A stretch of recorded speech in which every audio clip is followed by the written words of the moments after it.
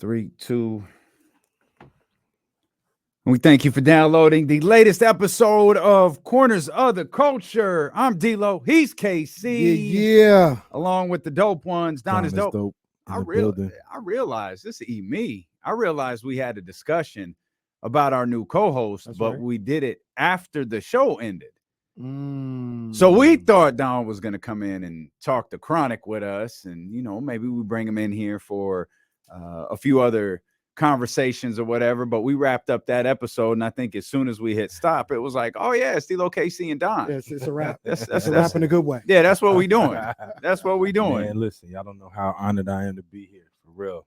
It's D-Lo, KC, and the dope ones, man, on Corners of the Culture. I appreciate everybody for checking out that episode of The Chronic. We really, yes, sir. When we finished that up, man, we knew we had something special. I hope we did that album justice. Probably can't do that album justice in 50 minutes. Probably could have done a 4-part series on The Chronic. Seriously. And that's the case for a lot of conversations we're going to have. So we hope that you'll subscribe, rate, and review, do all of that stuff. To help Corners of the Culture grow. Share it with your friends, text it, put it on social media, whatever the case may be. And you talk about multi-part episodes, man, it's going to be difficult to discuss the evolution of OutKast. I'm telling you. It's my boys right here, man. Trying not to be long-winded on this in a single episode, man. But that's what we're here, man. We're here talking in long form, and let's get into it. OutKast popped on the scene in 1992. Most people wouldn't know that, though. They were on a "What About Your Friends" remix. You only knew that if you was outside with the maxi single. If you had the CD single joint for "What About Your Friends," you knew OutKast was on it. But if you go back and listen to it, and I think you can find it on YouTube right now, you'll think, yo, that's not OutKast. That's like Das Effects or the Fushnikins or something, because what we heard on that remix is not what we heard 2 years later. When Southern Playlistic Cadillac Music dropped. And I remember hearing that album for the first time. I remember Players Ball and the run that it was getting on Rap City and all of that. Directed by Diddy, Puff Daddy at the time. Yeah. And I remember listening to that album in its entirety for the first time, thinking I've never heard anything like this before. I've never. That's why you and I, me and Kenny talk about this all the time. And we'll get to Aquemini and Stank on Ya and all of the dope OutKast albums. But for me, like, if I had one that I could keep forever, it's Southern Playlistic Cadillac Music. Southern Playlistic. Yeah, man. Cadillac it has that smooth, just that it has just that smooth flow to like the entire thing. And I think there's an evolution, appropriately titled for today's podcast. I think there's an evolution of their albums. And that's the only album that sounds like that. And then you start to see them like change a little bit with ATLiens and so on. And then obviously you get to, the 11 times platinum Speakerboxx Love Below at the end. But when did you first become aware of OutKast? Man, to be honest with you, it was a little late. Like, I was listening to 102.5 and I was on my R&B tip and all this other stuff. And I've told this story on D-Lo and KC. I'll tell it here. D-Lo and KC, Monday through Friday. Shout out D-Lo and KC. Absolutely. #1 sports show in Sacramento. Yes, sir. But I think, I don't remember the exact year, but I know it was 20 years old, because the whole part of this story was my cousin, shout out to Alvarez, went to Minneapolis for a wedding. And he was trying to sneak me in the club. So that's how I know I was 20 years old. I was almost there. It was the good But I go there, and it was like a random, I don't know, Thursday or Friday. And as soon as I get off the plane, he's like, man, what's up, man? What you doing, man? What you on today? I was like, man, I don't know. I can't do too much of anything. He's like, I think I got some extra tickets to this OutKast concert. You want to go? At the time, I was like, yeah, I know who OutKast is. Like, yeah, they're cool. Like, I wasn't really thinking much about it. I was like, they're cool. Like, I'll go check them out. And I go and see the concert, and they blow my mind. The songs, I knew a few songs, but as I was at the show, they start playing. I was like, oh yeah, I know this. Oh yeah, this one goes hard too. Oh yeah, I know this. And it was just a snowball effect. And then you combine that with the show they actually put on. And after that, I was hooked. Yeah. After that, I went back, listened to all this stuff, and was hearing some things for the first time, revisiting different things in different lights. And I was an OutKast stan at that point. So, well, I don't even know how to do the math. I'd be 21 in 2004. So this was probably like 02, 03. When I finally like that was when I finally like I thought you meant like 96 or 97. Yeah, me too. Like I said, I knew the song. He meant like 4 albums. It was they had the whole world single, because I remember Killer Mike came out there, and I'm in Minneapolis. That was a one. And when he says, "I catch the beat running like Randy Moss," the whole place goes crazy. I catch the beat running like Randy Moss. 17,000 goes crazy because we're in Minneapolis. Right. So yeah, man. At that point I went back and kind of caught up on what I wasn't all familiar with, and I've been hooked since that day, man. Yeah. No, at that point, it's hard not to be engulfed by, the mighty O. But well, first of all, let me just say, when Damien, when you decided to do the OutKast episode for this one, I originally just felt like maybe we should do the De La Soul episode. You know what I'm saying? Rest in peace to Dave. But when I really started to think about it, I just got flooded with emotions, because I was like, wow, OutKast has been so influential in my life to the point where I can like flash back to milestones in my life based on their albums, singles, going back to like middle school. So my introduction to them, it wasn't Southern Playlistic. They weren't on my radar at that time. I was still listening, like I was on my R&B. I was listening to Michael Jackson heavy, maybe some MC Hammer, some Criss Cross, but I was introduced to OutKast. It was 2 songs. The first one, I didn't even know who they were. I just knew I liked the song. Benza Beamer on the New Jersey Drive soundtrack. I love New Jersey Drive. Didn't know who they were. Just masterful loved that song. Soundtrack, by the way. Underrated soundtrack. So underrated. It really was. But the song that did it for me was the title track of their sophomore album, ATLians. When Big Boy comes on that song, now it's the M.I. crooked letter, ain't no one better. And when I'm on the microphone, you best to wear your sweater, because I'm cooler than a polar bear's toenails. Oh, hell, there he go again, talking that shit. Ben, woo, come on. It was a rap.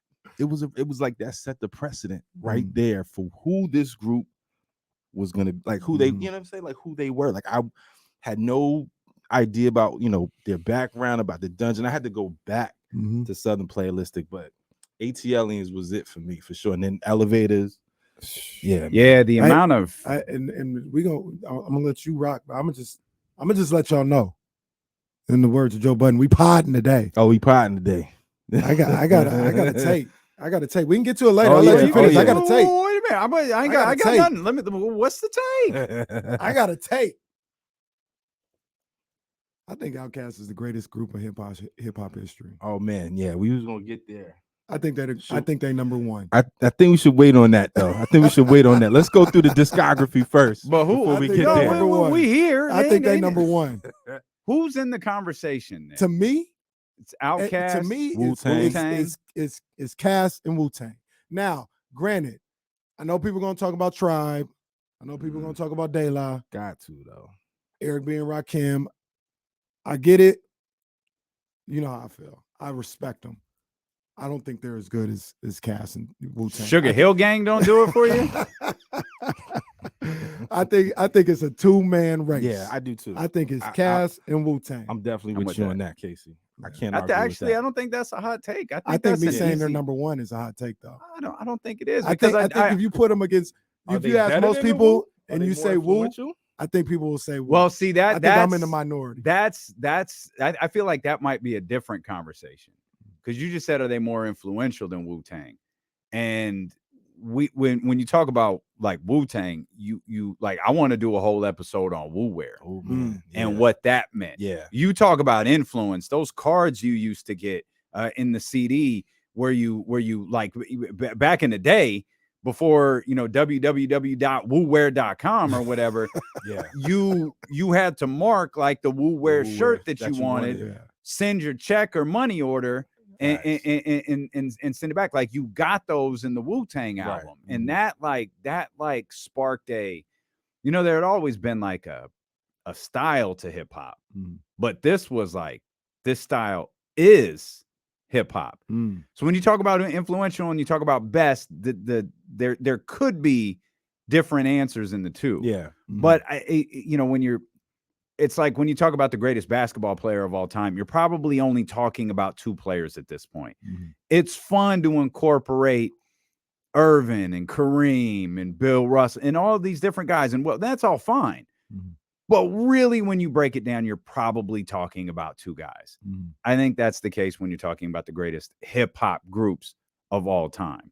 I think you're talking about OutKast and you're talking about Wu-Tang. 100%. Great groups deserve mention, but as the greatest, it's probably two. Only those two in the conversation. Yeah. It's probably and one of the reasons why I go there is I'll ask you guys and I'll ask everybody that's listening. And I'm gonna stop it at 3. I could go 4, but I'll stop it at 3 and be conservative.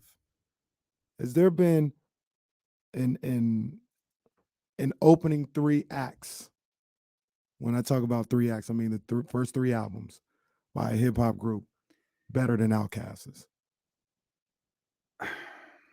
Southern, ATLiens, and Aquemini. I mean, the only way I could do it is I would. I mean that's I nasty could right there. The only way, like I said, I could say Steakonia, but I'm gonna leave Steakonia to the side. Why? But I'm just because I honestly, as much as I love it, I don't think it's as good as those 3. No. We can go 4. We can go 4, and then it gets really nasty. It gets really nasty. I think Aquemini is borderline like groundbreaking. The Aquemini is considered the greatest Southern rap album of all time. So if you consider the South got something to say, like that, let's maybe we are going a little too fast. Maybe we are. Is that going what they a wanted little for? too fast. We're putting the cart before the horse. Southern it was Southern Playlistic. That was 1990. That was 96. No, Southern Playlistic was 94. No, Southern Playlistic was 94, but the Source Awards that was 95. They were best new artists, so it had to be Source. So it was 4 Southern Playlistic, and that was the famous South got y'all ain't got no love for Snoop Dogg, all up in the videos dancing, and then Andre 3000 takes the stage and says the South got something to say, and I believe that's them. They booed them. I believe that's SOUF. He made it clear the South got something to say.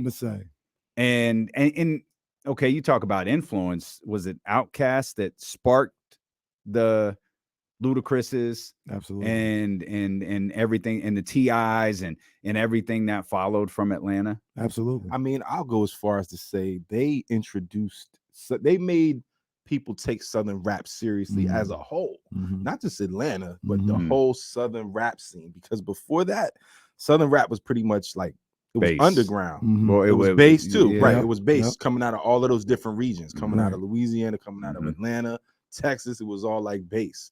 But when OutKast, when they dropped Southern Playlistic, that made people like really take the South seriously. And the cool thing about it was, it wasn't expected. It was like they were an eccentric group. They were an original group. They had an original sound. It wasn't anything that seemed contrived or cliche. Like they were just unique from the door, you know? Straight up. No, I agree 100%, man. And, you look back at Atlanta hip hop at that time, like you said, it had a certain sound, but also when you talk about the people up north, the New Yorks, and the Phillies and all this, they didn't respect what they had going on in Atlanta.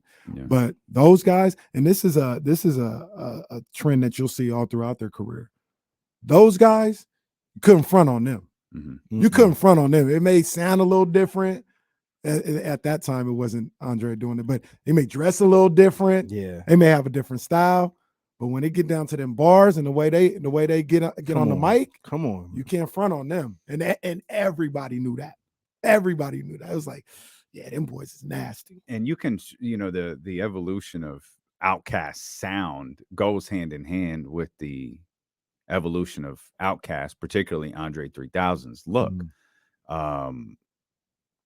One thing when we talk about great albums, if you go back to the Chronic episode last week, or you go back to the Ready to Die episode earlier in the podcast, you'll find, at least in my eyes, when I look at the greatest albums of all time, there's a flow to it. It's not a sporadic collection of songs. It is a group of records that are meticulously put together to take you on a journey from beginning to end. Southern Playalistic has that. And I think it's one of the geniuses of Aquemini. I think Aquemini has that too. You could probably argue most of OutKast albums do. But, you know, I said at the beginning of this, Southern Playalistic Cadillac Music is the only album that sounds like that. It was a smooth introduction to a sound that we weren't used to hearing in hip hop. And then it was ATLians and really where they started tinkering with the sound. You started getting this where you knew it was Atlanta, you knew it was the South, but then you started getting in ATLians, like, no pun intended, you started getting like this Space Odyssey type sound to it. Like, it was just extremely unique to what they were doing, and that kept growing and changing as we went from album number 2 to album number 3 to album number 4, before landing on that crazy double disc that closed things out for them as a group. They have one of the skits on Aquemini. It's like, for whatever reason, one of my favorite skits ever. When the guy goes in the record store and he's telling them, you know, he's like, hey man, what you got this new? He's like, oh, we got this new Goody Mob. He's like, oh yeah, I'm full with that. Oh, Sky High. And then he goes, we got that new OutKast. And the guy goes, man, I ain't fooling with them no more. First they was some pimps, then they was some aliens. Nah, man, I ain't fooling them no more. And that goes to what you said. Like, they started off one way, and then they started to tinker with some stuff, and they did it fearlessly, right? It was like, man, unapologetic. Yeah, we feeling this. This is the way we feeling putting out the music. We're gonna do it. We're not gonna, just because we had Players Ball, make everything sound like Players Ball. Man, we gonna come with elevators. You know what I'm saying? We gonna come with ATLians, and they did Players Ball, the greatest Christmas song ever written. Right? Yeah, right. They'll play that every it's Christmas. It's beginning to look a lot like. I didn't know forever that was a Christmas Once song. It's pointed out, like, for those who aren't in on the bit that Players Ball is a Christmas song, keep that in your mind and go listen to it when this podcast is over. It was a LaFace Christmas album, right? Yeah. LaFace, there. That's where it all started. Like, what an old school reference that just in and of itself is. L.A. Reid and Babyface. Man, oh man. So here's how it looks. Tony Braxton and they had a roster. Oh yeah, they had a roster for sure. So, like, the analogy that I like to make with the evolution of OutKast is like Southern Playalistic. They was on the ground. They were on Earth. ATLians, they started to take off, right? By the time they got to Aquemini, they're in orbit. And by Stankonia, they're on their own OutKast planet. And by Speakerboxx Love Below, they're on their own separate planets. Yeah. Right? I mean, listen, I don't mean to interrupt you, but listen to Bombs Over Baghdad. Man, come on. That was like, the we ain't video, never heard hip hop like that. Nothing like that. We ain't never, and like, at least in our era, you could probably say like African Bambaataa or something like that. But in our hip hop, we ain't never. And think about how many times they did that though. That what you just described, Bombs Over Baghdad. Think about how many times you heard an OutKast song. It was like, what is this? Like, I never heard nothing like this before. You know what I'm saying? Like, don't pull a thing out unless you came to bang. Man, no, but like, we gotta give credit. We have to give credit to the cultivation of OutKast through the Dungeon family, through Organized Noise, because it was really Organized Noise who helped them cultivate that sound. Ray Murray and Rico Wade in Rico Wade's basement. And that's where the beginnings of all of them, Goody Mob, OutKast, who else? Goody Mob didn't last long either. Sleepy Brown. He's technically Killer Mike. Well, yeah, Killer Mike too, but Sleepy Brown's technically a part of Organized Noise. He helped produce a lot of those albums. He came on the scene like in public later on, but he was behind the scene from day one, for sure. And that was just the the cultivation of that sound with them, like, you know, sleeping in the basement, waking up to the music day in and day out. It was like camp. It was like boot camp, you know.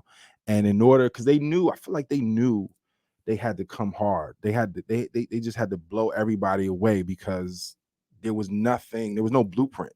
Yeah. So they just had to come on the scene, you know, really just with a bang, you know. And they did that through that Dungeon Family organized noise, you know, cultivation. And they're doing it, and think back to that Soul Train Awards reference where they're doing it at a time that Ready to Die Source Awards. They're doing it at a time that Ready to Die is out, right? Like Ready to Die dropped 4 or 5 months after Southern Playlistic did. We're seeing the ascent, you know, obviously the Chronic is out, but we're seeing, you know, the Dog Pound and in the ascension of the West Coast. Of course, you got Illmatic, and you've got these iconic sounds from different regions all coming out in like a 2-year stretch of each other. Like when you make a list of the greatest albums of all time, when you make a list of the greatest hip hop albums of all time, you're including 5 or 6 albums that were released between the time period of 1992 and 1994. What a time to be alive. Man. And when you talk about that, going up against those type of heavy hitters, those type of albums, I look at these two guys, you know, these young men at the time going out almost on their own, right? They're on their own. They're in Atlanta. They got you guys correct me if I'm wrong, but they got a bit of a different sound than Atlanta at that time. Atlanta at that time was like, you know, probably you'd say like Jermaine Dupri, like Jump. It was more R&B based. Yeah, right. And we're going out TLC. Exactly. We're going out there with our own, like if they had the Dungeon Family, but like by ourselves, like we by ourselves, we going up against Dre. We going up against Biggie and Puffy and what they got going on. In the height of the East versus West. Yeah, man. Them dudes are special, man. And they were teenagers when they put that first album. Yeah, that's the other crazy footnote is they were super young when that dropped. So young. And thinking about Andre and how like Andre 3000 evolved, there's a lot of, now you have to take this reference for, you got to take all of the, I got you. Goof, you know where I'm going with this. I smell what you're cooking. He had strong Kanye West vibes, like Kanye, like, because I remember as Kanye started to, you know, he came out with the prep gear, right? The college student. That was the whole thing with the polos. with the polos and the, you know, the collared shirts under the sweaters and the backpacks and that whole thing. And then it started to evolve, and his clothes started to have a message, and then his clothing started to become really unique.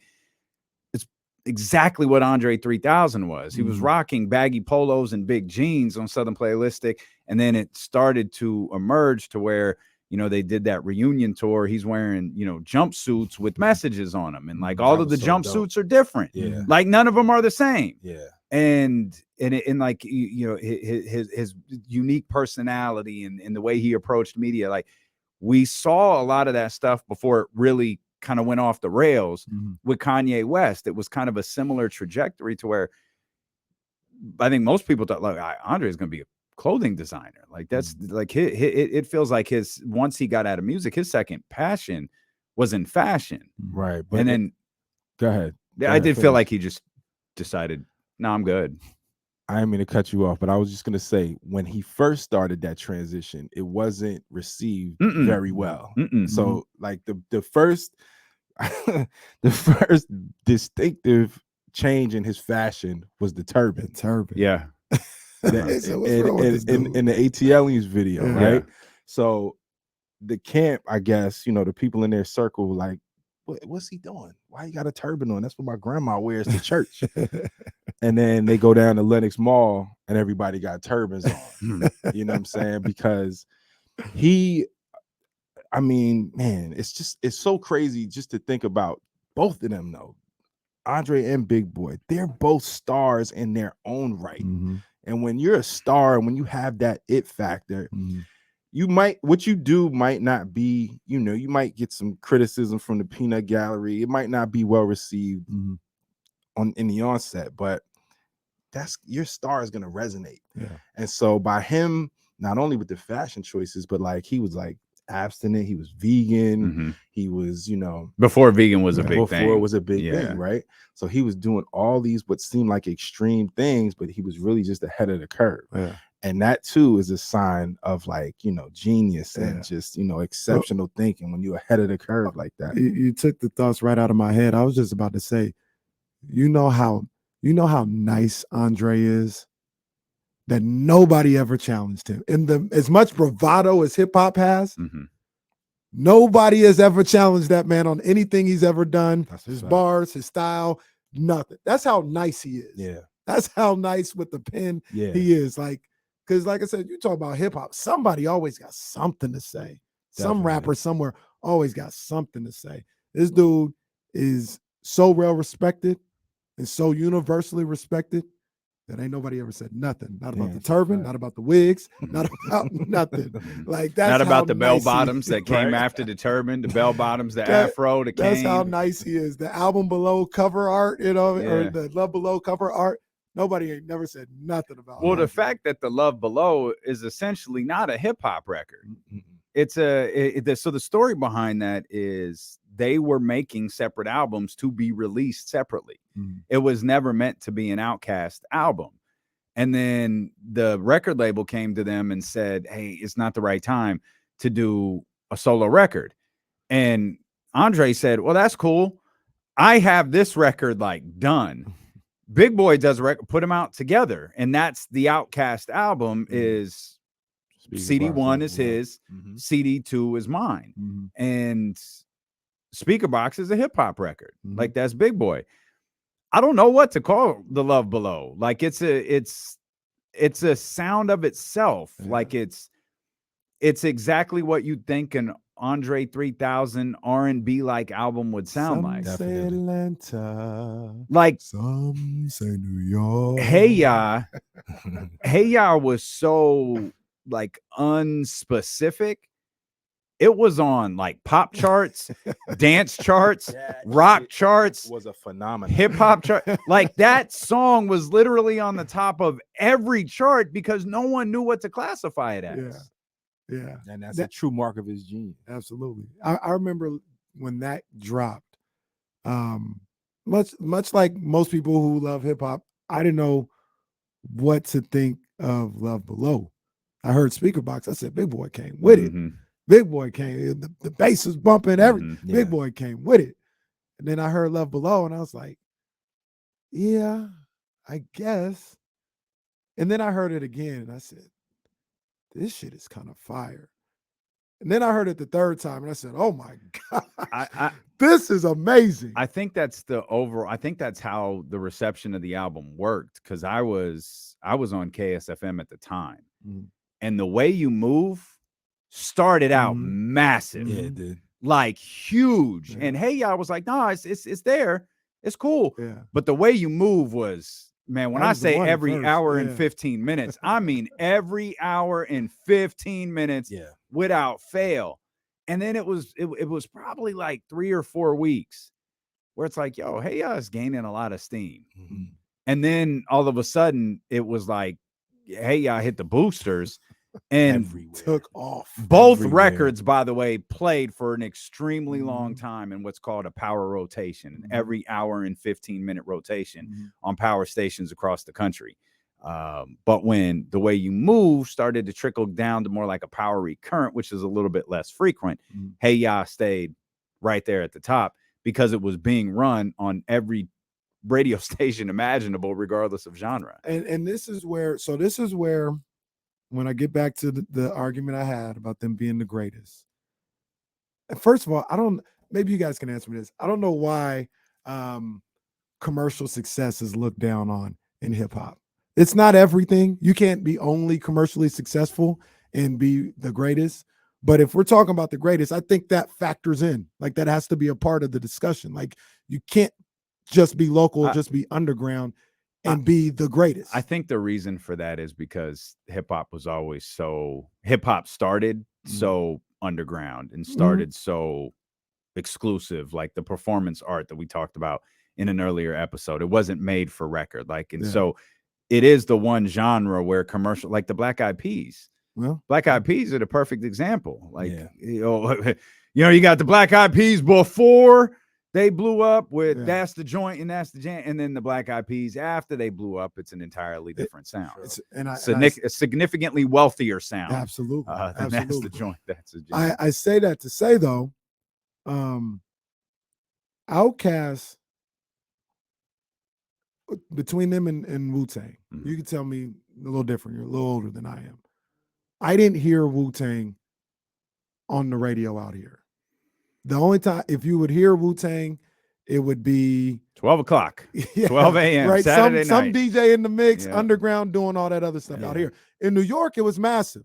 On the East Coast, it was massive. Like you could, that's a power. Cream was a power record, or whatever. Triumph was a power record. But out here, it wasn't like that. OutKast, I heard OutKast all through my life. And outside of the Black Eyed Peas, after Triumph, like, and I know they did their solo stuff, but you know, the Purple Tape and all. Right. Like, I didn't hear that stuff. Like I don't know. In New York, probably heard it every hour on the hour, but out here we didn't hear that. Because a part of Wu's greatness was that they weren't as commercially successful, not at all, not even close, but they were still a force. And they were still coming because it was so many of them and their solo projects. And then when they came back and did group projects, but they weren't nowhere near as commercially successful as OutKast. But to your point about just commercial success being looked down upon, I think particularly in hip hop, there's like a need to like outdo yourself.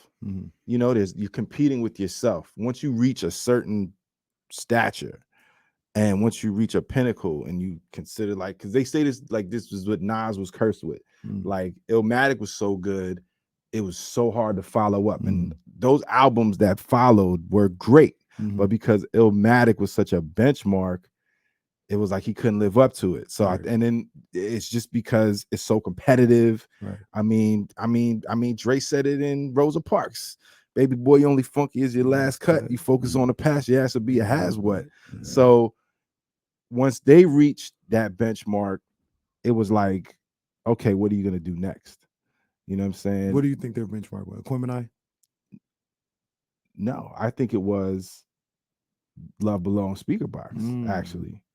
Because of what Damiens was just talking about it being in the power rotation and it being essentially two separate albums and the first OutKast project without who?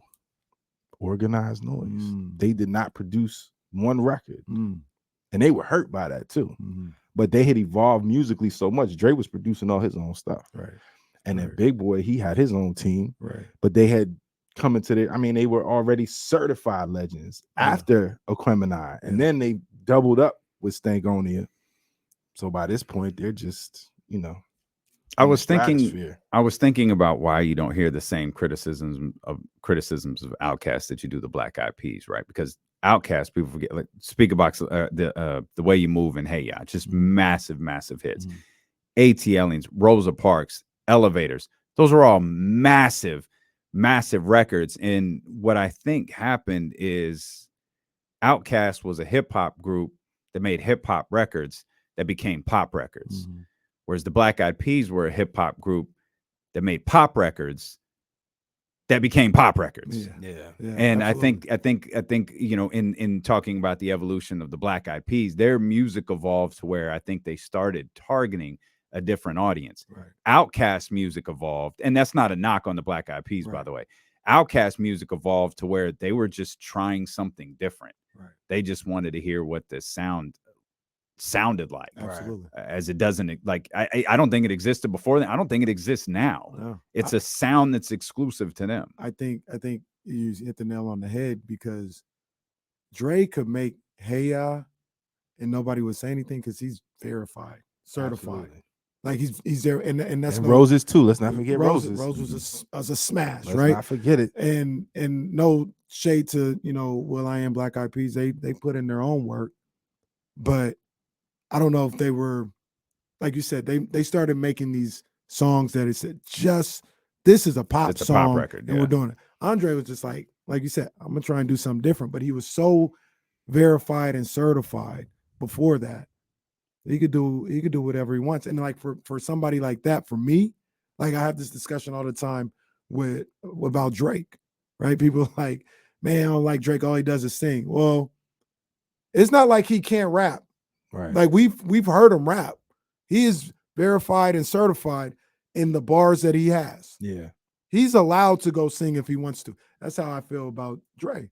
Like he can go do Hey Ya because we heard him on Elevators. Drake was Drake before Drake, honestly. Pretty much. And yeah, I think the whole evolution into pop is really just an evolution in and of itself, in and of the music. It's like not being confined. And I think that was OutKast. That was their whole thing from day one. They don't want to be in a box, especially Andre. Big Boy was kind of on brand his whole career. He was just ATL spitter with style and the players swag, a little street, you know what I'm saying? But I think with Dre particularly, he was sort of the heart and soul of the not being placed in this box, this Southern rap box, and we want to just transcend beyond. Yeah. And so I think as far as the respect level that you were talking about earlier, Kenny, like nobody's going to challenge Andre because when it comes to bars, I mean, even right now, think about how crazy it would be if you just heard Dre featured on I don't know. It happens. You know when he what was I'm on saying? the Frank Ocean joint, people lost their mind. Exactly. Or- people lose their mind. He was he's on the an urban Kanye legend joint. now. Yeah, the Kanye He was on the joint. second yeah, version yeah. of Jail. Yeah. Oh yeah, that's Absolutely. right. Yeah. Absolutely. Because at this point, he's almost like it's crazy because if you think, I think their last performance together was in like 2014 or It was something. Coachella, I think. It was they did Coachella and then like 2 more festivals after that. They were in That's Napa. almost I didn't go. 10 years ago. For this group, as monumental and as groundbreaking as they are, like in my opinion, they should still be working on stuff. They don't got to be working on it together, but they should just kind of still be active. I mean, but that's just coming from a selfish fan standpoint. But it's like Andre 3000 is literally walking around in various parts of the country playing a Mayan flute. Find them at the Starbucks. What are we doing? I mean, it's dope, but it's like, let me ask both of y'all, how y'all feel about that? About them not doing anything. And it's kind of clear to me that Big Boy will do it. Big Boy wants to do it. Big Boy will jump at the opportunity, but Dre wants no part of it. How you guys feel about that?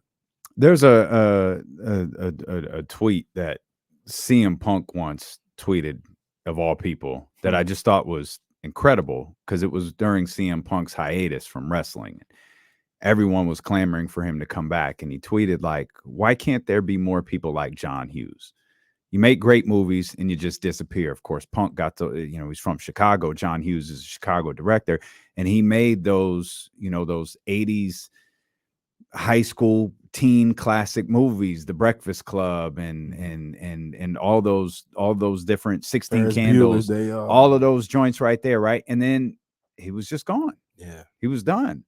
And I think there is a certain level of charm to that. There's also a certain level of restraint to where, like, you look over here, Southern Playalistic Platinum, ATLians 2 times platinum, Equimini 2 times platinum, Stank On You 5 times platinum, Speakerboxx Love Below 11 times platinum. Even Idlewild went platinum. And then they went away. I think that adds to the mystique of, it's Barry Sanders, right? How much longer could Barry Sanders have played? He rushed for 1,500 yards every season he stepped on the field. Yeah. Well, it's a great what if, because he walked away, and it's something we'll never know the answer to. Yeah. these two never had the opportunity to make a bad album. They made nothing but certified hip hop classics and then walked away. You guys like that a while? It was I all right. liked it because I'm a It was all Cast right. fan, but I could understand somebody saying It was cool. It was all right. I liked Yeah. it. I liked it. Hollywood Divorce. That's my joint. Yeah, it I'm was. with It was like, It you was know, cool. like you go back and listen to all of that stuff plays like new. Like if you go back, like OutKast, with the exception of the first album, it's not a discography that I run a lot. So when we decided this was the one we were going to do, listening to ATLiens and Stake On You, listening to the albums from beginning to end for the last week, it was like a new experience because OutKast hasn't dropped a new album. So it feels new. Now for me, given being, I'll skip ATLiens. Like I'll skip Elevators. Well, because I heard them so much. Well, okay. I heard those. It's not that the records are bad, Damiens. but I heard Those those almost blasphemous. those are the records though that I heard 7 times a day, 8 times a day, and it's like, okay, what's after this? Oh man, because every other record besides those I haven't heard in 15 years. Well, let me ask both of you guys this too, then, because people always ask me, you know, what's your favorite? And I get stumped between Aquemini and ATLiens. Some days I say Aquemini, some days I say ATLiens. Number one, is it even that close to the rest of you guys? And then what's the better album, Aquemini or ATLiens? I say Aquemini because when Aquemini came out, so it's funny, right? So I think of Aquemini almost like a precursor to the Love Below and Speakerboxx, because Andre and Big Boy they were doing this. They were starting to veer off into their own lanes more so than ever, I think, which is sort of the genesis for the name. Like it's like Gemini, Aquarius.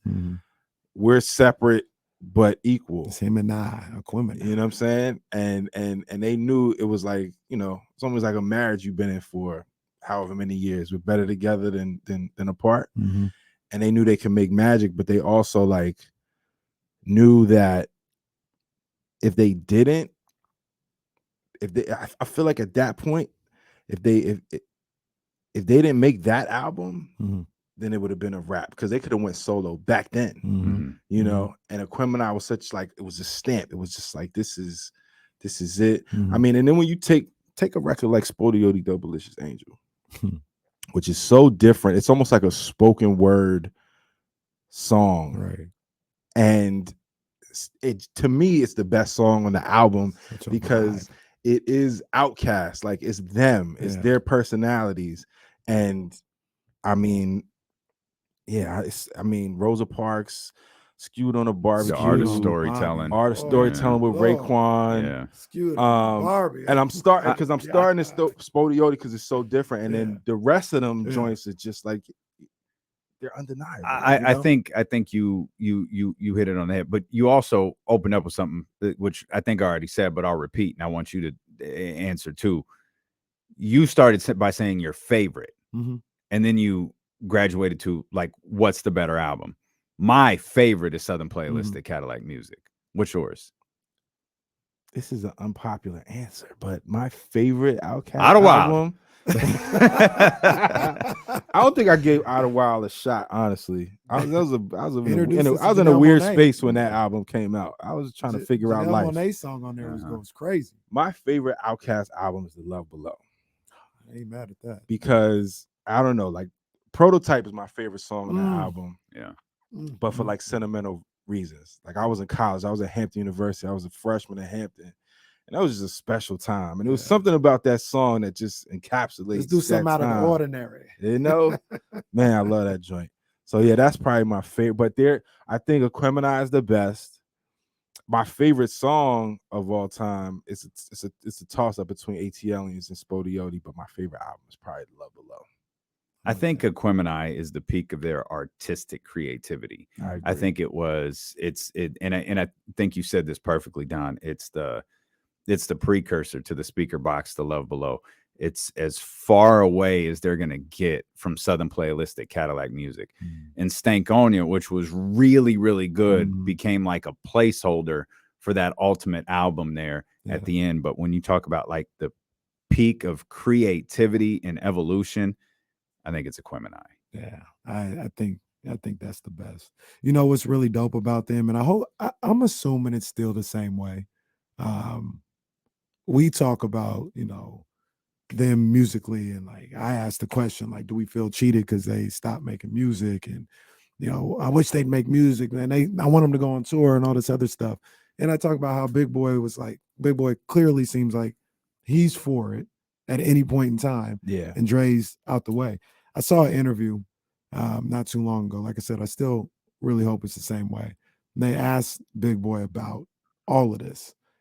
And Big was like, he's like, man, like, I don't think y'all understand. Like, that's my guy. That's my brother. For life. Like, his kids and my kids hang out. I call him. I talk to him every day. And I talk to him every day. It ain't nothing about, this project. How you doing, man? Right. What you got? What's up? Oh, really? That's crazy. Like, that's how they talk. And we get so fixated on the music so much because that's what we want. Right. But these guys, and I love to see that because we see so many times in the music industry and in the hip hop game and R&B game where these great groups go their separate ways and don't talk for life. These guys are like, man, we don't even really talk about music ever. I talk about the man, and he talk about me, the man, and the family, and all this other stuff.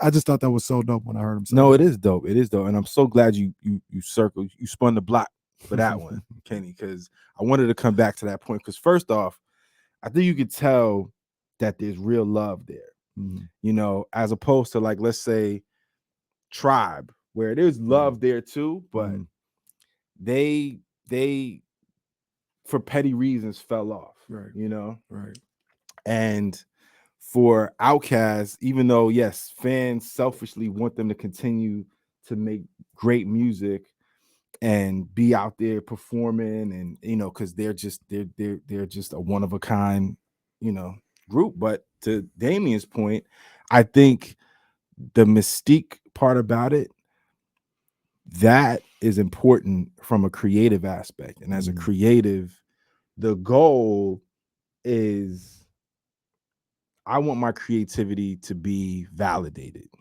I want my livelihood as a creative person, as an artist, to be cemented to where this work that I've poured myself into, it'll outlive me. It'll, you know, transcend beyond my time here. And once you reach that peak, that plateau, it's like, who doesn't want to go out on top? Because let's say OutKast comes back together and they put a bad album out, which is unfathomable, but anything can happen. Think about how that would change the course of their legacy. It's almost like Jordan going to the Wizards. Right. You know, that didn't happen. Most people pretend like that didn't happen. Exactly. I don't want no more Cast album. No more Cast album. Just do reunion tours and all that. I don't want another Cast album. And then just because just when you're a creative person and you empty yourself and you feel like you've given, I feel like Lauryn Hill kind of falls under this category too. You know, where you empty yourself and it just maybe doesn't feel the same, because like you said, Big Boy, he probably does want to just go back in, because he's done a lot of joints, Sir Lucius Left Foot, and he's done he's done a lot of stuff. But I think for Andre, and I could be wrong, just speculating, I think for Andre,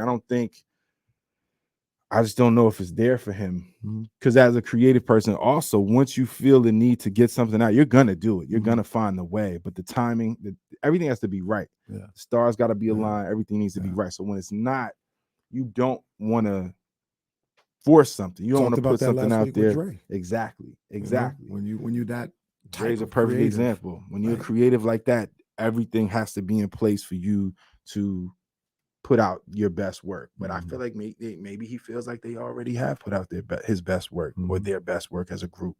You know, 2 hip hop albums in history have won Album of the Year at the Grammys. Any idea what they are?